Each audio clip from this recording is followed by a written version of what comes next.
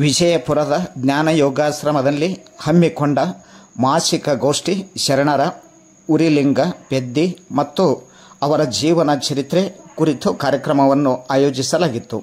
ಈ ಸಂದರ್ಭದಲ್ಲಿ ಶರಣರ ವಿಚಾರಗಳು ಎಲ್ಲ ಕಾಲಕ್ಕೂ ಅವಶ್ಯಕತೆ ಇದೆ ಎಂದು ಬಂಡಗರ್ ಸರ್ ಅವರು ಮಾತನಾಡಿದರು.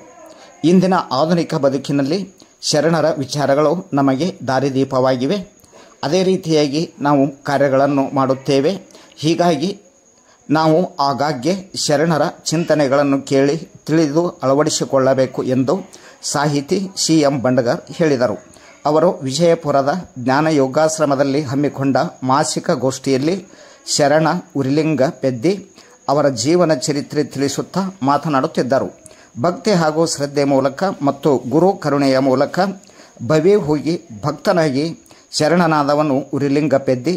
ಅವನ ಬದುಕನ್ನು ಬೆಳಗಿಸಿದವನು ಉರಿಲಿಂಗದೇವ. ಇದು 12ನೇ ಶತಮಾನದ ಶರಣರ ಚಳವಳಿಯ ಪ್ರತಿಫಲ ಎಂದು ಅಭಿಪ್ರಾಯಪಟ್ಟರು. ಆ ಕಾಲದ ಕಟ್ಟಕಡೆಯ ಅಂತ್ಯಜನಿಗೆ ಲಿಂಗದೀಕ್ಷೆ ಹಾಗೂ ಮಠ ಪೀಠಾಧಿಪತಿ ಮಾಡುವುದು ತುಂಬ ಕಷ್ಟ ಹಾಗೂ ಅಷ್ಟೇ ಕ್ರಾಂತಿಕಾರಕ ವಿಚಾರ ಅದು ಆಗಿತ್ತು ಎಂದು ಹೇಳಿದರು. ವೀರಶೈವ ಮಹಾ ಅಧ್ಯಕ್ಷರಾದ PC ನಾಗ್ಟಾಣ ಅಧ್ಯಕ್ಷೀಯ ನುಡಿಗಳನ್ನು ಮಾತನಾಡಿದರು. ಶಿಕ್ಷಕರಾದ ಸಂಗನಗೌಡ ಹಚ್ಚಡಾದ್, ನಿಂಗನಗೌಡ ಬೆರಾದಾರ್, ಪ್ರಾಧ್ಯಾಪಕಿ ಡಾಕ್ಟರ್ ರಾಜೇಶ್ರೀ ಮಾರ್ನೂರ್, ಶಿಕ್ಷಕಿಯರಾದ ರೇಖಾ ನಾಗ್ಟಾಣ್, ಸುವರ್ಣ ಗುರಾವ್ ಹಾಗೂ SB ಹಂಜಿಗಿ ಸೇರಿದಂತೆ ನೂರಾರು ಭಕ್ತರು ಆಶ್ರಮದಲ್ಲಿ ಭಾಗವಹಿಸಿದ್ದರು. ನಡೆದಂಥ ಘಟನೆ ಇವತ್ತಿನ ಶರಣರ ಚರಿತ್ರೆ ನಾನು ನಿಮ್ಮ ಮುಂದೆ ಹಂಚಿಕೊಳ್ಳಕ್ಕೆ ಬಯಸ್ತಾ ಇದ್ದೀನಿ. 12ನೇ ಶತಮಾನದ ಸಂದರ್ಭದಲ್ಲಿ ಒಬ್ಬ ವ್ಯಕ್ತಿ ಇದ್ದ. ಮಹಾರಾಷ್ಟ್ರದ ನಾಂದೇಡ ಜಿಲ್ಲೆಯ ಅವಸೆ ಕಂದಾರ ಎಂಬ ಗ್ರಾಮದಲ್ಲಿ ಪೆದ್ದ ಅಂತ ಒಬ್ಬ ವ್ಯಕ್ತಿ ಇದ್ದ. ಅವನ ಹೆಸರು ಪೆದ್ದಣ್ಣ, ಪೆದ್ದ ಅಂತ ಕರಿತೀವಿ. ನಾವು ಇಲ್ಲಿ ಕರ್ನಾಟಕದೊಳಗೆ ಪೆದ್ದ ಅಂತಂದ್ರೆ ಮುಗ್ಧ ಅಂತ ಅರ್ಥದೊಳಗೆ ಮಾತಾಡ್ತೀವಿ. ಆಂಧ್ರ ಪ್ರದೇಶದ ತೆಲುಗು ಭಾಷೆಯಲ್ಲಿ ಪೆದ್ದ ಅಂದ್ರೆ ಅಣ್ಣ, ಪೆದ್ದಣ್ಣ ಅಂದ್ರೆ ಅಣ್ಣ, ಹಿರಿಯ ಸಹೋದರ ಅಂತ ಅರ್ಥ. ಮೂಲತಃ ಆಂಧ್ರ ಪ್ರದೇಶದವನಾದ ಈ ಪೆದ್ದಣ್ಣ ಆಂಧ್ರ ಪ್ರದೇಶದಿಂದ ವಲಸೆ ಬಂದು ಮಹಾರಾಷ್ಟ್ರದ ನಾಂದೇಡ ಜಿಲ್ಲೆಯ ಅವಸೆ ಕಂಧಾರ ಎಂಬ ಗ್ರಾಮದಲ್ಲಿ ವಾಸಿಸ್ತಿರ್ಬೇಕಾದಾಗ ಅವನಿಗೆ ಒಂದು ವೃತ್ತಿ ಕಟ್ಟಿಗೆ ಕಡಿಯೋದಾಗಿತ್ತು, ಇನ್ನೊಂದು ಪ್ರವೃತ್ತಿ ಕಳ್ಳತನ ಮಾಡೋದಾಗಿತ್ತು. ಕಳ್ಳತನ ಮಾಡಿ ಜೀವನವನ್ನು ಸಾಗಿಸ್ತಿದ್ದ. ಯಾವಾಗಲೇ ಒಂದೊಂದು ದಿನ ಕಟ್ಟಿಗೆ ಕಟ್ಕೊಂಡ್ ಬರೋದು ಅದು ವೃತ್ತಿಯಾಗಿದ್ರೆ, ಅವನು ಬಹಳ ಪ್ರವೃತ್ತಿ ಏನಾಗಿತ್ತು ಅಂತಂದ್ರೆ ಕಳ್ಳತನ ಮಾಡೋದು. ಅವ ಎಷ್ಟು ಮುಗ್ಧ ಇದ್ದ ಅಂದ್ರೆ ತಾನು ಕಳ್ಳತನ ಮಾಡುವುದು ತನಗೆ ಕೆಟ್ಟದ್ದು ಅಂತ ಅನಿಸ್ತಿರ್ಲಿಲ್ಲ. ಅವನಿಗೆ ಸುಮ್ಮನೆ ಕಳ್ಳತನ ಮಾಡೋದು, ಆ ಕಳ್ಳತನ ಬಂದ ಮಾಲನ್ನ ವಸ್ತುವನ್ನ ಮಾರಾಟ ಮಾಡೋದು, ಅದರಿಂದ ಉಪಜೀವನ ಮಾಡೋದು. ಅವನ ಹೆಂಡತಿ ಕಾಳವ್ವೆ ಅಂತ ಹೇಳಿ ಅವಳು ಕೂಡ ಅವನೊಂದಿಗೆ ಜೀವನ ಸಾಗಿಸ್ತಿದ್ಲು. ಈ ತರ ಇರಬೇಕಾದಾಗ ಒಂದು ದಿನ ಇಂಥದೊಂದು ಘಳಿಗೆ ಬರ್ತದ. ಏನು ಅಂತಂದ್ರೆ ಆ ಗ್ರಾಮದಲ್ಲಿ ಅವಸೆ ಕಂಧಾರ ಎಂಬ ಗ್ರಾಮದಲ್ಲಿ ಒಬ್ರು ಮಠಾಧೀಶರಿದ್ರು. ಅಲ್ಲೊಂದು ವೀರಶೈವ ಪರಂಪರೆಯ ಒಂದು ಮಠ ಇತ್ತು. ಆ ಮಠದಲ್ಲಿ ಒಬ್ಬರ ದೊಡ್ಡ ಶರಣರಿದ್ರು, ಚಿಂತಕರಿದ್ರು. ತಮ್ಮ ಅಮೃತ ವಾಣಿಗಳ ಮೂಲಕ ಜನಸಾಮಾನ್ಯರ ಅಂಧಕಾರವನ್ನು ಹೋಗಲಾಡಿಸಿ ಬೆಳಕನ್ನು ನೀಡುತ್ತಿದ್ರು. ಷಡಕ್ಷರದ ಮಹಾನ್ ಮಂತ್ರವನ್ನು ಬೋಧಿಸ್ತಿದ್ರು. ಅವರೇ ಉರಿಲಿಂಗ ದೇವರು. ಆ ಊರಿನ ಮಠದ ಹಿರಿಯ ಪೂಜ್ಯರು ಪೀಠಾಧಿಪತಿಗಳಾದ ಉರಿಲಿಂಗ ದೇವರಿದ್ರು. ಅದೇ ಊರಿನಲ್ಲಿ ಇವ ಒಬ್ಬ ಕಳ್ಳ ಪೆದ್ದಣ್ಣ ಇದ್ದ. ಈ ಉರಿಲಿಂಗ ದೇವರದು ಒಂದು ದೊಡ್ಡ ವೈಚಾರಿಕ ನೆಲೆಗಟ್ಟಿನಲ್ಲಿ, ಚಿಂತನೆಯ ನೆಲೆಗಟ್ಟಿನಲ್ಲಿ ಭಕ್ತರನ್ನ ಮತ್ತು ತನ್ನ ಮಠದ ಭಕ್ತರನ್ನ ಅವರಿಗೆ ಮಾರ್ಗದರ್ಶನ ಮಾಡುವ, ಲಿಂಗ ದೀಕ್ಷೆ ಮಾಡುವ, ಜ್ಞಾನವನ್ನು ನೀಡುವ, ಶಟಸ್ಥಳಗಳನ್ನು ಬೋಧಿಸುವ, ಸದ್ವಿಚಾರಗಳನ್ನು ಬೋಧಿಸುವ, ಶರಣರ ಚಿಂತನೆಗಳನ್ನು ಬಿತ್ತುವಂತ ಮಹಾನ್ ಕಾಯಕ ಮಾಡ್ತಾ ಮಾಡ್ತಾ ಉರಿಲಿಂಗ ದೇವರು ಆ ಮಠವನ್ನು ನಡೆಸ್ಕೊಂಡು ಹೋಗ್ತಿದ್ರು. ಅವರಿಗೆ ಊರು ತುಂಬಾ ಭಕ್ತರು. ಆ ಊರು ತುಂಬಾ ಭಕ್ತರಲ್ಲಿ ಅತ್ಯಂತ ಒಬ್ಬ ಬಹಳ ಭಕ್ತಿಯನ್ನ ಉಂಡಂತ ಒಬ್ಬ ಸೂರಯ್ಯ ಅಂತ ಹೇಳಿ ಒಬ್ಬ ಭಕ್ತ ಇದ್ದ. ಸೂರಯ್ಯ ಉರಿಲಿಂಗ ದೇವರಲ್ಲಿ ಬರ್ತಿದ್ದ. ಆ ಸೂರಯ್ಯ ಬಂದು ಉರಿಲಿಂಗ ದೇವರಿಗೆ, ನನಗೆ ಲಿಂಗ ದೀಕ್ಷೆ ಮಾಡಿ ನಮ್ಮ ಮನೆಗೆ ಬನ್ನಿ, ನನ್ನ ಅಜ್ಞಾನವನ್ನ, ನನ್ನ ಅಂಧಕಾರವನ್ನು ಹೋಗಲಾಡಿಸಿ ನನಗೆ ಜ್ಞಾನದ ದೀಕ್ಷೆಯನ್ನು ನೀಡ್ರಿ, ಶಟಸ್ಥಲದ ಮಂತ್ರಗಳನ್ನು ಹೇಳ್ರಿ, ಅಷ್ಟಾವರಣಗಳನ್ನು ಕಲಿಸ್ರಿ, ಜೀವನದ ಮಾರ್ಗವನ್ನು ಕಲಿಸಿರಿ ಗುರುಗಳೇ ಅಂತೇಳಿ ಸೂರಯ್ಯ ಬಂದು ಉರಿಲಿಂಗ ದೇವರ ಹತ್ರ ಕೇಳ್ತಿದ್ದ. ಅವರ ಭಕ್ತಿಗೆ ಅವರ ಪ್ರೀತಿಗೆ ಕಟ್ಟು ಬಿದ್ದಂತ ಶರಣ ಉರಿಲಿಂಗ ದೇವ ಆಯ್ತಪ್ಪ ಒಂದು ದಿನ ನಿನಗ ಮಾಡ್ತೀನಿ ಅಂತ ಒಂದು ದಿನ ಸುದಿನವನ್ನು ಗುರುತಿಸಿ ಆ ನಸುಕಿನ ವೇಳೆಯಲ್ಲಿ ಅವರ ಮನೆಯೊಳಗ ಕಾರ್ಯಕ್ರಮ ಏರ್ಪಡಿಸೋದು. ಲಿಂಗ ದೀಕ್ಷೆ ಮಾಡುವಂಥ, ಜ್ಞಾನ ದೀಕ್ಷೆಯನ್ನು ಮಾಡುವಂಥ, ಸಂಸ್ಕಾರವನ್ನು ಬಿತ್ತುವಂಥ, ಶರಣರ ಸತ್ಪುರುಷರ ಚಿಂತನೆಗಳನ್ನ, ಸತ್ಯ ಮಾರ್ಗವನ್ನ, ಆಚಾರ ವಿಚಾರ ನೀತಿ ನಿರೂಪಣೆಗಳನ್ನ ಕಲಿಸಲಿಕ್ಕೆ ಉರಿಲಿಂಗ ದೇವರು ಅವ್ರ ಮನೆಗೆ ಹೋದ್ರು. ಸೂರಯ್ಯ ಅನ್ನುವಂಥ ಭಕ್ತನ ಮನೆಗೆ ಹೋದ ಸಂದರ್ಭದೊಳಗೆ ಅಲ್ಲೆಲ್ಲ ಒಂದು ಲಿಂಗ ದೀಕ್ಷೆ ಕಾರ್ಯಕ್ರಮ ಅಂದ್ರೆ ಅಲ್ಲಿ ಅದರದೇ ಆದಂಥ ಒಂದು ವಾತಾವರಣ ಸೃಷ್ಟಿ ಆಗ್ತದೆ. ಅಲ್ಲಿ ಧೂಪ, ಲಾಭನ, ವಿಭೂತಿ, ಭಸ್ಮ, ಏನು ಗಂಧ, ಶ್ರೀಗಂಧ ಇವೆಲ್ಲವೂ ಇರ್ತಾವೆ. ನೈವೇದ್ಯ, ಊದಿನ ಕಡ್ಡಿ, ಪುಷ್ಪಗಳು, ಸಮೃದ್ಧವಾದ ವಾಸನೆ, ಭಕ್ತಿ ಇವೆಲ್ಲವೂ ಸೇರಿ ಅಲ್ಲಿ ಒಂದು ಕಾರ್ಯಕ್ರಮ ನಡೆದಿತ್ತು. ಲಿಂಗ ದೀಕ್ಷೆ ಮಾಡುವಂತ ಆಗೋದನೋ ಸಹಜವಾಗಿ ಹೋದೋ, ಒಟ್ಟು ಅವ್ರ ಮನೆಗೆ ಹೋಗಿ ಮನೆ ಮುಂದಿನಿಂದ ಬಾಗಿಲು ಹಾಕಿತ್ತು. ಬಾಗಿಲು ಹಾಕ್ಯಾರ, ಯಾರು ಇದ್ದಂಗಿಲ್ಲ, ಹಿಂದಿನ ಮನೆಯಲ್ಲಿ ಹೋಗೋಣ ಅಂತೇಳಿ ಭಾವಿಸ್ಕೊಂಡು ಮನೆ ಹಿಂದಿಂದ ಯಾರ್ದೋ ಮ್ಯಾಳಿಗೆ ಮೇಲಿಂದ ಏರಿ ರಾತ್ರಿ ಹೊತ್ತಿನಾಗ ನಸಿಕಿನ 3-4 ಸುಮಾರಿಗೆ ಮನೆ ಮ್ಯಾಳಿ ಮೇಲೆ ಬಂದು ಕಿಡಿಕೆಂದು ಇರಿಬೇಕಂದ. ಕಿಡಿಕೆಗೆ ಒಂದ್ಸಲ ಹಣಿಕೆ ಹಾಕಿ ನೋಡ್ದ. ಅಲ್ಲೊಂದು ಅಚ್ಚರಿ ಕಾಣಿಸ್ತು ಪೆದ್ದಣ್ಣಗೆ. ಕಳ್ಳತನವನ್ನೇ ವೃತ್ತಿಯಾಗಿ ಕಳ್ಳತನವನ್ನೇ ಮಾರ್ಕೊಂಡು ಕಳ್ಳತನವನ್ನೇ ಜೀವನ ಮಾಡಿಕೊಂಡಂತ ಪೆದ್ದಣ್ಣಗ ಕಳ್ಳತನ ಮಾಡ್ಬೇಕಂತ ಬಂದಾಗ ಒಂದು ದೃಶ್ಯ ಕಾಣಿಸ್ತು. ಅಲ್ಲಿ ಶರಣ ಉರಿಲಿಂಗದೇವ, ಅವರ ಭಕ್ತ ಸೂರಯ್ಯ ಎದುರುಗಡೆ ಕುತ್ಕೊಂಡಿದಾರ. ಆ ಸೂರಯ್ಯ ದಂಪತಿಗಳ ಸಮೇತ ಕೂತಾರ. ಪೂಜ್ಯರು ಮಣಿ ಮೇಲೆ ಕೂತಾರ. ಲಿಂಗ, ವಿಭೂತಿ, ಭಸ್ಮ, ಗಂಧ, ಏನು ಶಟಸ್ಥಲ, ಅಷ್ಟಾವರಣ ಇವುಗಳೆಲ್ಲ ಉಪಚಾರ, ವೇದ ಏನು ವಿಚಾರಗಳೆಲ್ಲ ನಡೆದಾವ್. ಈ ಸಂದರ್ಭದಲ್ಲಿ ಹಣಿಕೆ ಹಾಕಿ ನೋಡ್ದ. ಅವನಿಗೇನೋ ಅದ್ಭುತ ಅನಿಸ್ತು, ಆಶ್ಚರ್ಯ ಅನಿಸ್ತು. ತಾವೆಂದೂ ಕಂಡಿರದೇ ಇರೋಂಥ ದೃಶ್ಯ ಕಣ್ಣಿಗೆ ಕಾಣಕತ್ತ. ಯಾವುದೇ ಒಬ್ಬ ಗುರುವಿನ ಒಂದು ವಾತಾವರಣ ಏನಿರ್ತದೆ ಇದು ಹೆಂಗ ಇಲ್ಲಿ ಬಂದ ಕೂಡಲೇ ನಮಗೆ ಅನಿಸ್ತದೆ. ಪರಮ ಪೂಜ್ಯರ ಗುರುತ್ವಾಕರ್ಷಣೆ ಬಲದಲ್ಲಿ ಈ ವಾತಾವರಣದ ನಾವು ಎಷ್ಟೇ ಒತ್ತಡದಿಂದ ಬಂದು ಆಶ್ರಮದ ಒಂದು ಕಾಲಿಟ್ಟರೆ ಸಾಕು, ಮನಸ್ಸು ಹಗುರಾತು. ಒಂದು 4 ನುಡಿ ಇಂಥವು ಕೇಳಿ ಮನೆಗೆ ಹೊಂಟ್ರೆ ಸಾಕು. ಮನೆಗೆ ಹೋಗತನಾರಿ ನಾವು ರಿಲ್ಯಾಕ್ಸ್ ಇರ್ತೀವಿ. ಮನೆಗೆ ಹೋದಿಂದ ಮತ್ತೆ ಕದನ ಇರ್ತದಲ್ಲಿ. ಅಲ್ಲಿವರೆಗೆ ಆದರೂ ಮನಸ್ಸು ಪ್ರಫುಲ್ಲವಾಗಿರ್ತದೆ. ಯಾಕಂದ್ರೆ ಆ ಕ್ಷೇತ್ರದ ಮಹಿಮೆ, ಆ ಪುರುಷರ ಮಹಿಮೆ, ಆ ವಾಣಿಯ ಮಹಿಮೆ, ಆ ವಿಚಾರಗಳ ಮಹಿಮೆ. ಅಲ್ಲಿ ಪೆದ್ದ ಬಂದು ಕಿಟಕಿ ಒಳಗೆ ಹಣಿಕೆ ಹಾಕಿ ನೋಡಕತ್ತಾನ. ಅಲ್ಲಿ ಒಳಗೆ ದೊಡ್ಡ ಕಾರ್ಯಕ್ರಮ ನಡೆದದ. ಅದು ಲಿಂಗ ದೀಕ್ಷೆ ಮಾಡುವಂಥ, ವಿಚಾರ ಬಿತ್ತುವಂಥ, ಜ್ಞಾನ ಕೊಡುವಂಥ, ಸತ್ಕಾರ್ಯ ಸನ್ಮಾರ್ಗದತ್ತ ಕೊಂಡೊಯ್ಯುವಂಥ ಒಂದು ಮಹತ್ವ ಕಾರ್ಯ ನಡೆದ. ಉರಿಲಿಂಗ ದೇವರು ಅವನ ಶಿಷ್ಯನಾದ ಅವನು ಶರಣ ಶಿಷ್ಯನಾದಂಥ ಸೂರಯ್ಯನ ಕುಟುಂಬಕ್ಕೆ ನೋಡಿದ್ರು. ಪೆದ್ದ ನೋಡಿದ. ಆ ಸುವಾಸನೆ ಬರುತ್ತದೆ, ಗಂಧದ ವಾಸನೆ, ವಿಭೂತಿ ವಾಸನೆ, ಬಗೆ ಬಗೆಯ ನೈವೇದ್ಯಗಳು, ಪುಷ್ಪಗಳು, ಅಲಂಕೃತವಾದ ಪುಷ್ಪ, ದೇವರ ಮಂತ್ರೋದ್ಗಾರ, ರುದ್ರವಾಣಿ, ಓಂ ನಮಃ ಶಿವ ಎಂಬ 6 ಅಕ್ಷರದ ಮಹಾನ್ ಮಂತ್ರ ಇವೆಲ್ಲವೂ ಬರಕತ್ತವ. ಆ ತದೇಕ ಚಿತ್ತದಿಂದ, ಏಕಾಗ್ರತೆಯಿಂದ ಗಂಡ ಹೆಂಡತಿ ಇಬ್ರು ಅದನ್ನ ಕೇಳಕತ್ತಾರ, ಆಸ್ವಾದಿಸ್ಲಕತ್ತಾರ. ಯಾವುದೇ ಡಿಸ್ಟರ್ಬೆನ್ಸ್ ಇಲ್ಲಲ್ಲಿ. ಅವರ ಏಕಾಗ್ರತೆಗೆ ಪೂಜೆ ನಡೆದ ಭಂಗ ಏನಿಲ್ಲ. ಆ ಸಂದರ್ಭದಲ್ಲಿ ಇವ ಹಣಿಕೆ ಹಾಕಿ ನೋಡಕತ್ತಾನ. ಇವನ ಮನಸ್ಸು ಕಸಿವಿಸಿ ಆಗಿಬಿಡ್ತು. ಎಂದೂ ಕಾಣದಂತ ದೃಶ್ಯ. ನೋಡ್ತಾ ಹಂಗೆ ನೋಡಕತ್ತ ಮುಗ್ಧನಾದಂತ ಪೆದ್ದಣ್ಣ.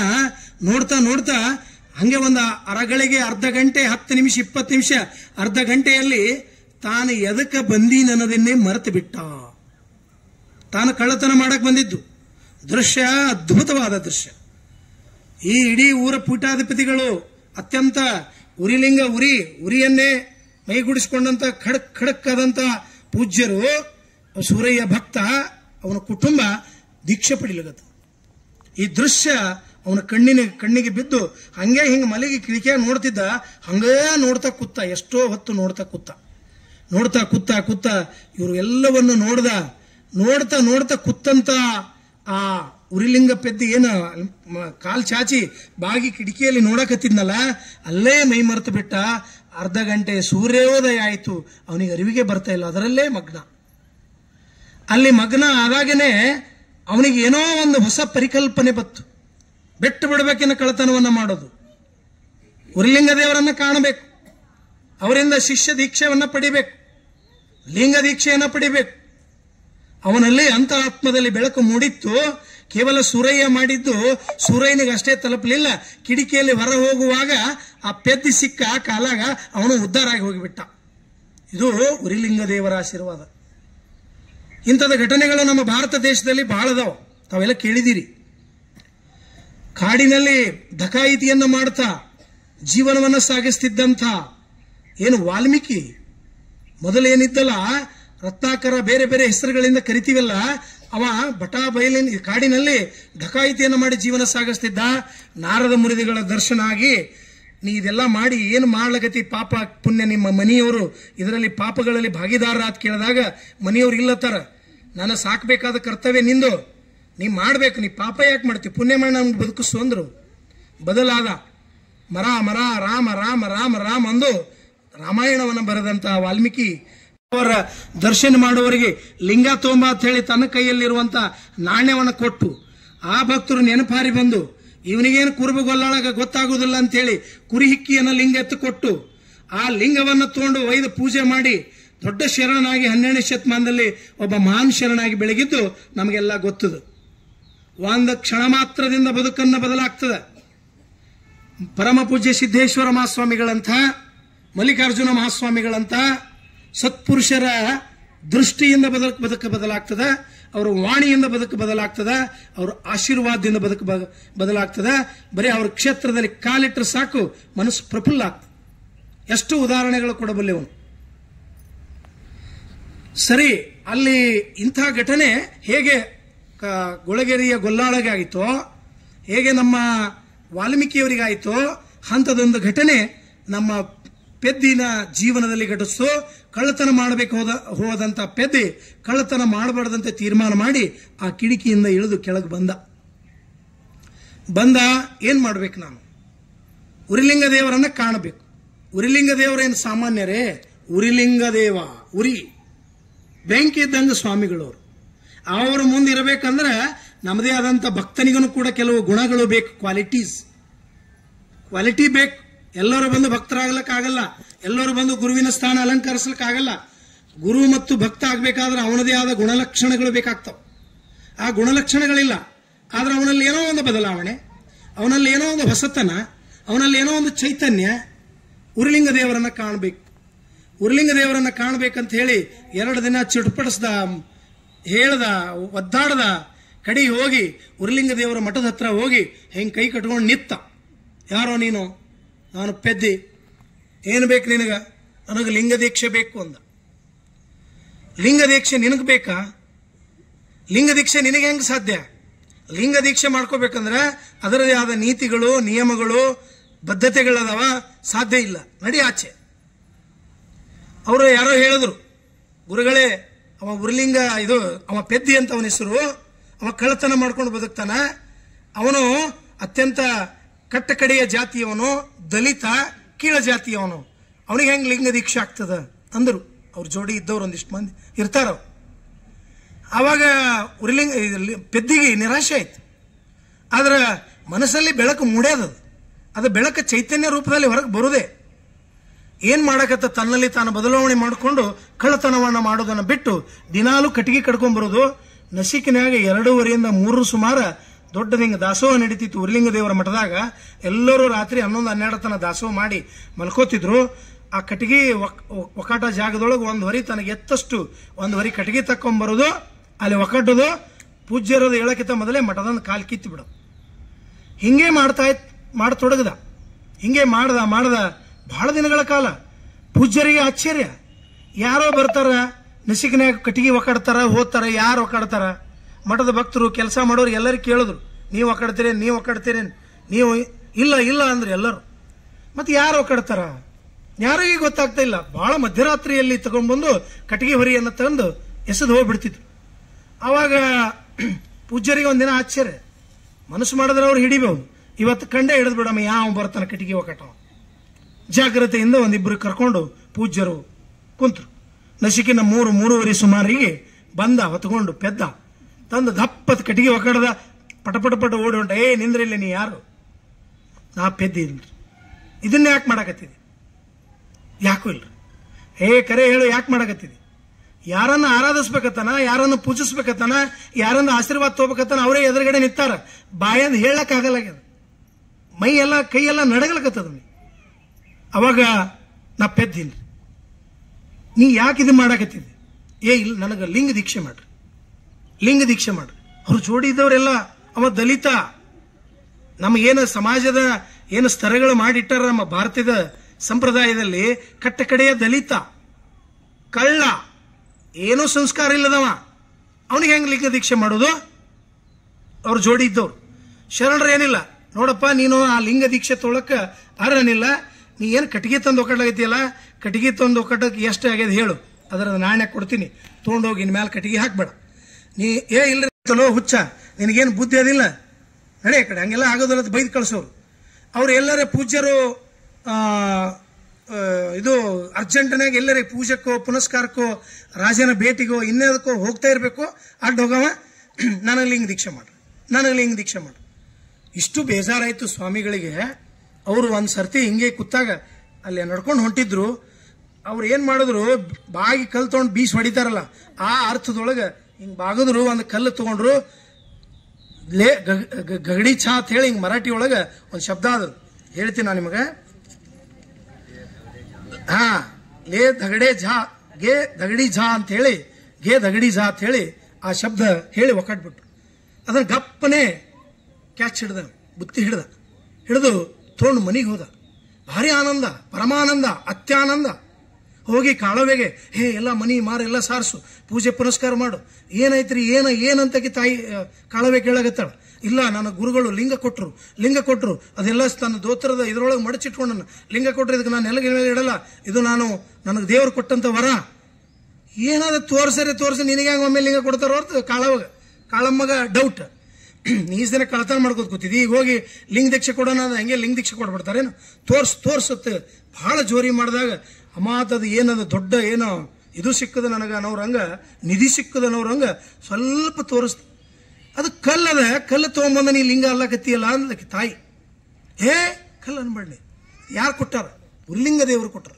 ಇದು ದೇವರು ಕೊಟ್ಟಂತ ವರ ಪ್ರಸಾದ, ಇದು ಲಿಂಗ, ಇದನ್ನ ಇಟ್ಟು ಪೂಜಿಸ್ತೀನಿ ಅಂತ ಹೇಳಿ ಅಲ್ಲೇ ಒಂದು ವೇದಿಕೆಯನ್ನು ಸಿದ್ಧ ಮಾಡಿ ಮಣಿ ಮೇಲೆ ಇದು ಇಟ್ಟು ಎಲ್ಲ ಪೂಜೆ ಪುನಸ್ಕಾರ ಇಟ್ಟು ಲಿಂಗ ಧ್ಯಾನ ಮಾಡತೊಡಗಿದ. ಓಂ ನಿಮ ಶಿವ ಹೇಳತೊಡಗಿದ, ಮೌನ ಆಚರಣೆ ಮಾಡತೊಡಗಿದ. ಅವನ ಭಕ್ತಿಗೆ ಕರಗಿ ಅವನ ಹೆಂಡತಿ ಕಾಳವೆ ಅವನ ಪೂಜೆಗೆ ಸಪೋರ್ಟ್ ಮಾಡತೊಡಗಿದ್ಲು. ಸತಿಪತಿಗಳ ಒಂದಾದ ಭಕ್ತಿ ಹಿತ ಒಪ್ಪೋದು ಶಿವಂಗೆ ಅನ್ನುವ ಅರ್ಥದೊಳಗೆ ಅವಳು ಸಪೋರ್ಟ್ ಮಾಡಕತ್ಲು. ಆದ್ರೂ ನೋಡ್ರಿ, ನೀವು ಇನ್ನ ಅಪ್ಪೋರಿ ಕೇಳ್ರಿ, ಕಲ್ಲು ಕೊಟ್ಟಾರವರು, ನೀವು ಲಿಂಗ ಅಲ್ಲಕತ್ತೀರಿ.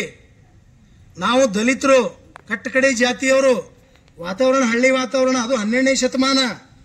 21ನೇ ಶತಮಾನದಾಗ ಇನ್ನೂ ಎಷ್ಟು ಜಾತಿಯ ಪಿಡಂಬುತ್ತದ. ಅಂತದ್ರಾಗ ಅದ ಹೆಂಗ್ ಸಾಧ್ಯ ನೋಡ್ರಿ.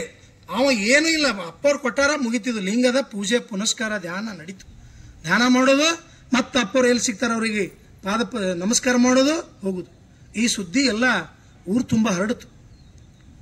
ಉರ್ಲಿಂಗ ದೇವರು ಒಂದು ಕಲ್ಲು ಕೊಟ್ಟಿದ್ದಾರೆ, ಅದನ್ನೇ ಒಯ್ದು ಪೆದ್ದಣ್ಣ ಮತ್ತು ಕಾಳವೆ ಪೂಜೆ ಮಾಡಕತ್ತಾರ. ಅದನ್ನೇ ಲಿಂಗ ಅಂತ ಹೇಳಿ, ಅದನ್ನೇ ಆನಂದ, ಅತ್ಯಾನಂದ, ಧ್ಯಾನ ಭಕ್ತಿಗಳನ್ನ ಮಾಡಕತ್ತಾರ ಅಂತೇಳಿ ಅವಾಗ ಈ ಸುದ್ದಿ ಹೊರಡಿತು. ಆಶ್ಚರ್ಯ ಆದರು ಉರ್ಲಿಂಗ ದೇವರು. ಏನಿದು, ಒಂದು ರೀತಿ ಪವಾಡ ನಡೆದಂಗ. ಬಹಳ ಸಲ ಹೇಳ್ತೀವಲ್ಲ ನಾವು, ಪವಾಡ ಪುರುಷರು. ಏನ್ ಪವಾಡ ಅಂದ್ರೆ, ಆ ಪೆದ್ದಿಗೆ ಕಿಟಕಿಯಲ್ಲಿ ನೋಡಿದಾಗ ಆಗಿದ್ದೇ ಪವಾಡ. ಉರ್ಲಿಂಗ ದೇವರು ಎಸೆದ ಕಲ್ಲು ತಗೊಂಡು ಒಯ್ದು ಪೂಜೆ ಮಾಡೋದೇ ಪವಾಡ. ಈ ಕುರಿ ಹಿಕ್ಕಿಯಲ್ಲಿ ಲಿಂಗವನ್ನ ಕಂಡಂತ ಗೋಲಗೇರಿಯ ಗೊಲ್ಲಾಳ, ಅದು ಪವಾಡ. ಪವಾಡ ಅಂದ್ರೆ ಇದೆ, ಬದುಕಿನಲ್ಲಿ ಅಸಹಜವಾದಂತ ತಿರುವನ್ನು ಪಡೆದು ಬದುಕಿಗೆ ದಿಶೆಯನ್ನು ತೋರಿಸ್ತದೆ ಇರ್ತದಲ್ಲ, ಅದು ಪವಾಡ. ಇದು ಪವಾಡ ನಡೆದಂಗೆ ಆಗ್ಯದಲ್ಲ ಅಂತ ಹೇಳಿ ಇದು ಆಯ್ತು. ಇದೇ ಸಂದರ್ಭದಲ್ಲಿ ಅಲ್ಲಿ ಒಬ್ಬರು ರಾಜ ಇದ್ರು. ಎಲ್ಲಿ ಉರ್ಲಿಂಗ ದೇವರು ಇದ್ದಂತ ಊರಿನಲ್ಲಿ ಒಬ್ರು ರಾಜ ಇದ್ರು. ಉರ್ಲಿಂಗ ದೇವರು ಯಾರಂದ್ರ ವೀರಶೈವ ಪಂಡಿತ ತ್ರಯರಲ್ಲಿ ಒಬ್ಬರಾದ ಶಿವಲಿಂಗ ಮಂಚಣ್ಣನ ಸುಪುತ್ರರು. ಉರ್ಲಿಂಗ ದೇವರು ಅವ್ರದ್ದೊಂದು ದೊಡ್ಡ ಪ್ರಸಿದ್ಧಿ. ಅವರು ಲಿಂಗಾರ್ಚಕ್ಸಕ್ತರು, ದಾಸೋಹ ಮೂರ್ತಿಗಳು, ಆಚಾರನಿಷ್ಠರು, ಮಹಾಮಹಿಮಾಶಾಲಿಗಳು. ಅಂಥವ್ರ ಕಡೆಯಿಂದ ಆ ಕಲ್ಲು ತಗೊಂಡು ಇದು ಮಾಡಿದ್ದ ಯಾರೋ ಪೆದ್ದಿ ಪೂಜೆ ಮಾಡ್ತಿದ್ದ. ಈ ಸಂದರ್ಭದೊಳಗ ಆ ಊರಿನಲ್ಲಿ ಒಬ್ಬ ಅರಸ ಇದ್ದ. ಆ ಅರಸನಿಗೆ ಒಂದು ಸಮಸ್ಯೆ ಬಂದಿತ್ತು. ಪೂಜ್ಯರನ್ನ ತನ್ನ ಅರಮನೆಗೆ ಆಹ್ವಾನಿಸಿದ್ದ. ಉರಿಲಿಂಗ ದೇವರು ಅರಸರಿಗೆ ಹೋದರು. ಅವರಿಗೆ ಪೂಜ್ಯರಿಗೆ ಒಂದು ದೊಡ್ಡ ವೇದಿಕೆ, ಆ ವೇದಿಕೆ ಮೇಲೆ ಇತ್ತು ಪೂಜೆ ಪುನಸ್ಕಾರಗಳನ್ನು ಮಾಡಿ ಆ ರಾಜ ಆ ಪೂಜ್ಯರಲ್ಲಿ ವಿನಮ್ರವಾಗಿ ಕೇಳಿಕೊಂಡ. ಬರಗಾಲ ಬಿದ್ದದ ನಮ್ಮ ಪ್ರದೇಶಕ್ಕೆ, ಎಲ್ಲಾ ರೈತರು ಗೋಳಾಡಕತ್ತಾರ, ಅವರಿಗೆ ನೀರಿಗಾಗಿ ಒಂದು ಕೆರೆಯನ್ನ ಅವರಿಗೆ ಅಡ್ಡ ಬಿದ್ದ. ನೀವು ಕೊಟ್ಟಂತ ಲಿಂಗ ಪೂಜೆ ಮಾಡಕತ್ತೀನಿ, ಆನಂದದಿಂದೀನಿ, ನನ್ನ ಹೆಂಡತಿ ನಾವು ಅದರಲ್ಲಿ ಲಿಂಗದಿ ಪೂಜೆಯೊಂದಿಗೆ ನಾವು ಬಹಳ ಸಂತೋಷದಿಂದ ಇದೀವಿ ಅಂತೇಳಿ ಹೇಳಕತ್ತ. ಅವಾಗ ಇವನ ಭಕ್ತಿ, ಇವನಲ್ಲಿ ಆದ ಬೆಳವಣಿಗೆ, ಇವನಲ್ಲಿ ಆದ ಬದಲಾವಣೆ, ಇವನಲ್ಲಿ ಹೊತ್ತಿದ ಜ್ಯೋತಿ, ಇವನ ಬೆಳಕು ಜಗತ್ತಿಗೆ ಗೊತ್ತಾಗಲಿ, ಒಂದು ಸುಸಂದರ್ಭ ಬಂದದಂತ ಹೇಳಿ ಉರಿಲಿಂಗ ದೇವರು ಮನಸ್ಸು ಬಿಚ್ಚಿ ಅವತ್ತು ಮಾತಾಡ್ತಾರೆ. ನೋಡಪ್ಪ ಪೆದ್ದಣ್ಣ, ನಿಂದೆಲ್ಲ ಮಾಡಿದಿ ಬಹಳ ಚಲೋ ಆಗ್ಯದ, ನಿನಗೊಂದು ಪ್ರಸಂಗ ಬಂದದ. ನಿನ್ನ ಜ್ಞಾನ ಜಗತ್ತಿಗೆ ಬೆಳಕಾಗಬೇಕು. ಜ್ಞಾನ ಜ್ಯೋತಿ ಬೆಳಗ್ತಂದ್ರೆ ಜಾತಿ ಅಡ್ಡ ಬರುದಿಲ್ಲ ಅನ್ನೋದು ಜಗತ್ತಿಗೆ ಗೊತ್ತಾಲಿ. ಒಂದು ಕೆಲಸ ಮಾಡು, ಏನು ಅಂದ್ರೆ ನಂದರ ಹೇಳ್ಯಾರೀಗ ರಾಜರು ಅಲ್ಲಿ ಕೆರೆ ತೋಡಕತ್ತಾರ, ಕಲ್ಲು ಬಂಡೆ ಅಡ್ಡ ಬಂದದ. ಏನಾದರೂ ಮಾಡಿ ಆ ಕಲ್ಲು ಬಂಡೆಯನ್ನ ನಾವು ತೆಗೆದಿದ್ದೇ ಆದಲ್ಲಿ ನೀರಿನ ರಾಶಿ ಸಿಗ್ತದೆ, ರೈತರಿಗೆಲ್ಲ ಜೀವನ ಸಂತೋಷ ಆಗ್ತದೆ. ಇದು ನೀನು ಮಾಡಬಲ್ಲೆಯ? ಬಹಳ ಏನು ಸೂಡಾಯವರಿಗೆ ಮೆದಿ ಸಿಕ್ಕಂಗಾಯ್ತು. ಪೂಜ್ಯರ ಮಾತುಗಳೇ ಬೇಕಾಗಿತ್ತು, ಅವರ ಆಶೀರ್ವಾದ ಬೇಕಾಗಿತ್ತು. ಸಾಕಾಯ್ತು, ಪೂಜ್ಯರೇ ನೀವು ಬೆರಳು ಮಾಡಿ ತೋಡಿದ ನನ್ನ ಪ್ರಾಣ ಒತ್ತಿಟ್ಟು ಮಾಡ್ಕೊಂಡ್ ಬರ್ತೀನಿ, ಆಶೀರ್ವಾದ ಮಾಡ್ರಿ ಅಂತ ಹೇಳಿ ಮತ್ತೊಮ್ಮೆ ನಮಸ್ಕರಿಸಿ ಹೋದ. ಮನೆಗೆ ಹೋದ. ಆ ಪೂಜ್ಯರ ಕೊಟ್ಟಂತ ಏನದ ಕಲ್ಲಿತ್ತಲ್ಲ, ಗೇ ದಗಡಿ ಜಾ ಅಂತೇಳಿ ಒಕ್ಕಟ್ಟಿದ ಕಲ್ಲನ್ನು ಪೂಜೆ ಮಾಡ್ತಿದ್ದಲ್ಲ, ಅದನ್ನು ತೋಂಡ ಭಕ್ತಿಯಿಂದ ಎರಡೂ ಕೈಯಲ್ಲಿ ಹಿಡಿದು ಹೊರಟ ಅಲ್ಲಿ ಕೆರೆಗಳ ಏನು ತೋಡ್ಲಾಗತ್ತಿದ್ರ ಅಲ್ಲಿ ಹೋದ. ಅಲ್ಲಿ ಹೋಗಿ ಇದೇ ಒಂದರ ಮಂತ್ರ, ಜಾ ದಗಡಿ ಗೆ ಅನ್ನುವಂತ ಒಂದೇ ಒಂದು ಮಂತ್ರವನ್ನ ಕಲ್ಲು ಅದೇ ಲಿಂಗವನ್ನ ತೂರಿ ಬಿಟ್ಟ. ಅದು ಆಯಕಟ್ಟಿನ ಜಾಗಕ್ಕೆ ಬಿತ್ತು, ಪವಾಡವೋ ಅದ್ಭುತ. ಕರೆಕ್ಟ್ ಹೋಗಿ ಬಿದ್ದು ಕರೆಕ್ಟ್ ಆ ಬಂಡಿ ಶೀಳಿ ನೀರು ಚಿಮ್ಮಿ ಬಿಡ್ತದ. ಇಡೀ ಕೆರೆ ತುಂಬಿ ಎಲ್ಲ ಹರಿಲಿಕ್ಕೆ ಶುರು ಆಗ್ತದೆ. ಅವಾಗ ಪೆದ್ದಿಯ ಶಕ್ತಿ, ಪೆದ್ದಿಯ ಭಕ್ತಿ, ಪೆದ್ದಿಯ ಜ್ಞಾನ, ಉರಿಲಿಂಗ ದೇವರ ಆಶೀರ್ವಾದ ಎಲ್ಲವೂ ಜಗತ್ತಿಗೆ ಗೊತ್ತಾಗ್ಬಿಡ್ತದೆ. ಎಲ್ಲ ರಾಜನ ಸಹಿತ ಎಲ್ಲರೂ ಸಾಷ್ಟಾಂಗ ಹಾಕ್ತಾರೆ. ಹಾಕಿದಾಗ ಉರಿಲಿಂಗ ದೇವರಿಗೆ ಭಯಂಕರ ಖುಷಿ ಆಗ್ತದೆ. ಖುಷಿಯಾಗಿ ಅವ ಅಷ್ಟೆಲ್ಲ ಮಾಡಿ ಪೆದ್ದಿ ಮನೆಗೆ ಹೋಗ್ತಾನೆ. ಉರಿಲಿಂಗ ದೇವರು ಮತ್ತೊಮ್ಮೆ ಪೂಜಾ ಸಾಮಾನುಗಳನ್ನೆಲ್ಲ ತೆಗೆದುಕೊಂಡು ತಮ್ಮ ಭಕ್ತರನ್ನ ಕರ್ಕೊಂಡು ಪೆದ್ದಿಯ ಮನೆಗೆ ಹೋಗ್ತಾರ. ನಾನು ಬದಲಾವಣೆ, ಜಗದ ಬದಲಾವಣೆ, 12ನೇ ಶತಮಾನದಲ್ಲಿ ಆದ ಬದಲಾವಣೆ, ಈ ಒಂದು ವಿಶಿಷ್ಟವಾದ ಕಥೆ ಹೇಳ್ತೇನೆ ಅಂದಿದೆಯಲ್ಲ, ಇದೇ 12ನೇ ಶತಮಾನದ ವೀರಶೈವ ಮಠದ ಮಠಾಧೀಶರು ಕಟ್ಟ ಕಡೆಯ ಏನು ನಾವು ಕೇರಿ ಅಂತ ಕರಿತೀವಲ್ಲ ಇವತ್ತ, ಆ ಕೇರಿಗೆ ಅಲ್ಲಿರುವ ಪೆದ್ದಿ ಕಾಳವ್ವನ ಮನೆಗೆ ಹೋಗಿ ತನ್ನ ಭಕ್ತರನ್ನು ಕರ್ಕೊಂಡು ಹೋಗಿ ಮತ್ತೊಮ್ಮೆ ಲಿಂಗ ದೀಕ್ಷೆಯನ್ನು ಮಾಡ್ತಾರೆ. ಅವರಿಗೆ ಲಿಂಗ ದೀಕ್ಷೆಯನ್ನು ಮಾಡಿ ಆಶೀರ್ವಾದ ಮಾಡ್ತಾರೆ. ದಲಿತನೊಬ್ಬನನ್ನ ಬಾಳನ್ನ ಉದ್ಧಾರ ಮಾಡಿದ. ನಾವು ಬಹಳ ಸಲ ಪಾಠ ಹೇಳುವಾಗ ವಿದ್ಯಾರ್ಥಿಗಳಿಗೆ ಹೇಳ್ತೀವಿ, ಪ್ರತಿಭೆ ಯಾರಪ್ಪನ ಮನಿ ಸೊತ್ತಲ್ಲ, ಕಟ್ಟಕಡೆಯ ಗುಡಿಸಿನಲ್ಲಿ ಒಬ್ಬ ಪ್ರತಿಭಾಶಾಲಿ ಹುಟ್ಟುತ್ತಾನ ಅಂತ ಹೇಳಿ. ಹಂಗೇನೆ ಭಕ್ತಿ ಎಂಬುದು ಯಾರಪ್ಪನ ಮನೆ ಸೊತ್ತಲ್ಲದು. ಯಾರು ಭಕ್ತಿ ಮಾಡ್ತಾರ ಅವರು ಶ್ರೇಷ್ಠವಾದದನ್ನು ಕಂಡುಕೋತಾರೆ. ಆ ಪೆದ್ದಿಯಲ್ಲಿ ಆದಂಥ ಏನು ಬದಲಾವಣೆ ಶರಣರನ್ನ ಅವರ ಮನೆಯವರೆಗೆ ಬಂತು. ಅವರು ಬಂದು ಲಿಂಗ ದೀಕ್ಷೆ ಮಾಡಿದ್ರು. ಇಬ್ಬರು ಶರಣ ತತ್ವದಲ್ಲಿ ಜೀವನವನ್ನ ಮಾಡತೊಡಗಿದ್ರು. ಹೀಗೆ ಸಾಕ್ತಿರ್ಬೇಕಾದಾಗ ಒಂದು ಪ್ರಸಂಗ ಬರ್ತದೆ. ಏನು ಅಂದ್ರೆ ಉರಿಲಿಂಗ ದೇವರು ತಮ್ಮ ಕೊನೆಯ ಹಂತಕ್ಕೆ ಬರ್ತಾರೆ. ತಮ್ಮ ಜೀವನದ ಕೊನೆಯ ಹಂತಕ್ಕೆ ಬರ್ತಾರ. ಇನ್ನು ನಾನು ಬಹಳ ದಿನ ಬದುಕುವುದಿಲ್ಲ, ಶಿವನ ಕೈಲಾಸಕ್ಕೆ ನನ್ನ ಯಾತ್ರೆ ಅದ, ಇಡೀ ದೊಡ್ಡ ಮಠಕ್ಕೆ ಒಬ್ಬ ಮಠಾಧೀಶನನ್ನು ನೇಮಿಸಬೇಕು, ಎಲ್ಲ ಊರ ಜನರ ಅಭಿಪ್ರಾಯ ಕರೆದು ಕೇಳಿದಾಗ ಪೂಜ್ಯರೇ ನೀವು ಯಾರಿಗೆ ಹೇಳ್ತೀರಿ ಅವ್ರಿಗೆ ಮಾಡೋಣ ಅಂತಾರ. ಅವಾಗ ಉರಿಲಿಂಗ ದೇವರ ಬಾಯಿಯಿಂದ ಬಂದ ಶಬ್ದವೇ ಪೆದ್ದಣ್ಣ ಈ ಮಠದ ಮಠಾಧೀಶನಾಗ್ಲಿ ಅಂತೇಳಿ ಹೇಳ್ತಾರೆ. ಯಾವಾಗ ಆ ಪೆದ್ದಣ್ಣ ಮಠದ ಮಠಾಧೀಶ ಆಗ್ಲಿಕ್ಕೆ ನಿರ್ಧಾರ ಆಗ್ತದೋ ಆ ಶರಣ ಗುರು ಮತ್ತು ಶಿಷ್ಯರು ಒಂದಾಗ್ತಾರ. ಒಂದಾಗಿದ್ದಕ್ಕೆ ಹೊಸ ಹೆಸರು ಬರ್ತದ, ಉರಿಲಿಂಗ ಪೆದ್ದಿ ಅಂತ ಹೆಸರು ಬರ್ತದೆ. ಅವನ ಹೆಸರು ಮೂಲ ಬರೇ ಪೆದ್ದ. ಅವ್ರಿಗೆ ಆಶೀರ್ವಾದ ಮಾಡಿದವರು ಉರಿಲಿಂಗ ದೇವ. ಅವರೆಬ್ಬರು ಸೇರಿ ಏನಾಗ್ತಾರ, ಉರಿಲಿಂಗ ಪೆದ್ದಿ ಆಗ್ತಾರ.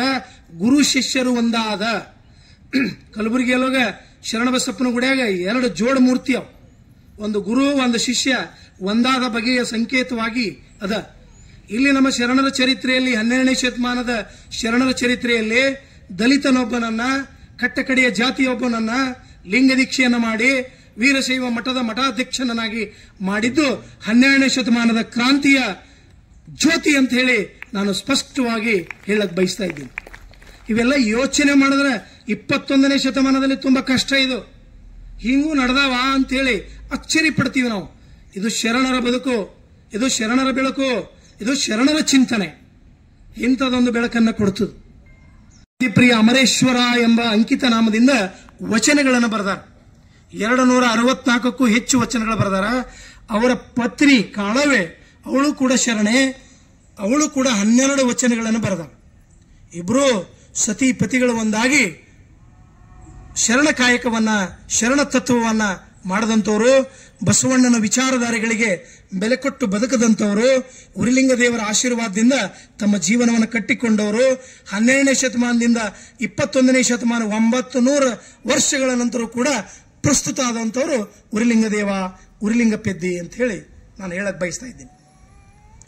ಇವರು ಹಲವಾರು ವಚನಗಳು ಬರೆದಿದ್ದಾರೆ. 264ಕ್ಕೂ ಹೆಚ್ಚು ವಚನಗಳು ಬರೆದಿದ್ದಾರೆ. ಕೆಲವು ವಚನಗಳು ಇನ್ನೂ ಒಂದು ನಾನು ಇಲ್ಲಿ ಸ್ಪಷ್ಟಪಡಿಸಬೇಕು.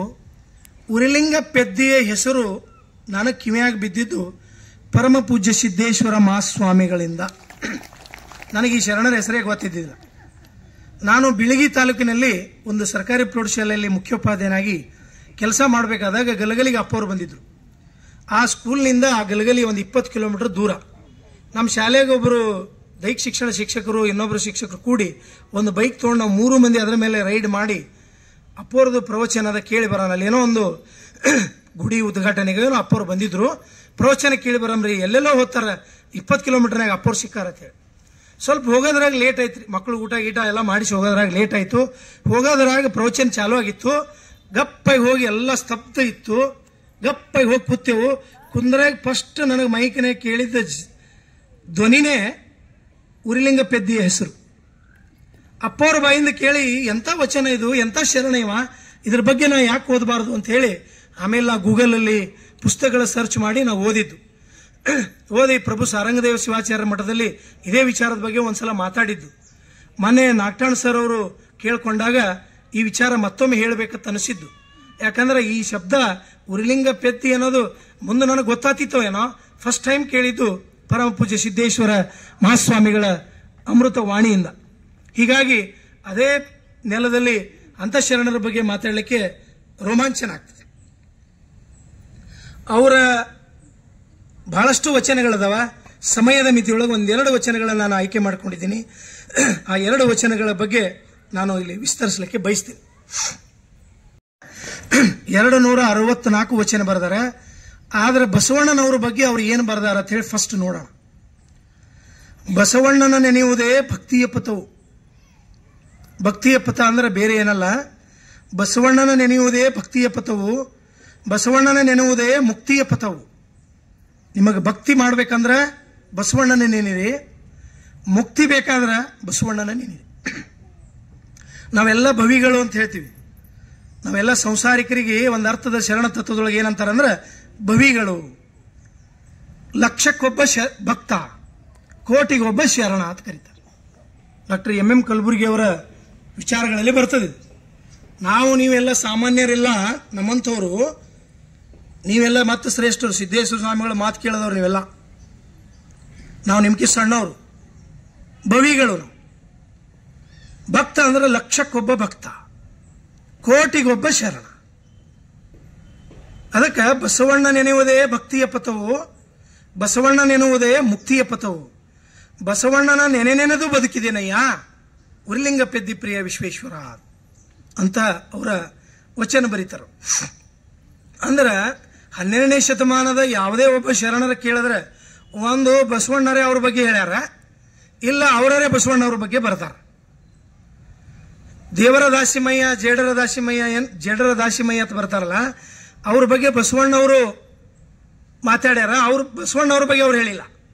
ಆದ್ರೆ ಇಲ್ಲಿ ಬಸವಣ್ಣನವರ ಕುರಿತೇ ಉರಿಲಿಂಗ ಪೆದ್ದಿಯವರು ಒಂದು ವಚನ ಬರೀತಾರ. ಬಸವಣ್ಣನ ನೆನೆಯುವುದೇ ಭಕ್ತಿ, ಬಸವಣ್ಣ ನೆನೆಯುವುದೇ ಮುಕ್ತಿ, ಬಸವಣ್ಣ ನೆನೆಯುವುದೇ ಬದುಕು, ಬಸವಣ್ಣ ಬಿಟ್ಟು ಏನಿಲ್ಲ. ಬಸವಣ್ಣನ ತತ್ವ ಚಿಂತನೆಗಳೇ ನಮ್ಮ ಬದುಕಿಗೆ ದಾರಿದೀಪ, ಶರಣರ ತತ್ವ ಚಿಂತನೆಗಳೇ ನಮ್ಮ ಬದುಕಿಗೆ ದಾರಿದೀಪ ಅಂತೇಳಿ ಬಸವಣ್ಣನ ಕುರಿತಾದ ತಮ್ಮ ವಚನವನ್ನು ಹೇಳ್ತಾರೆ. ಬಸವ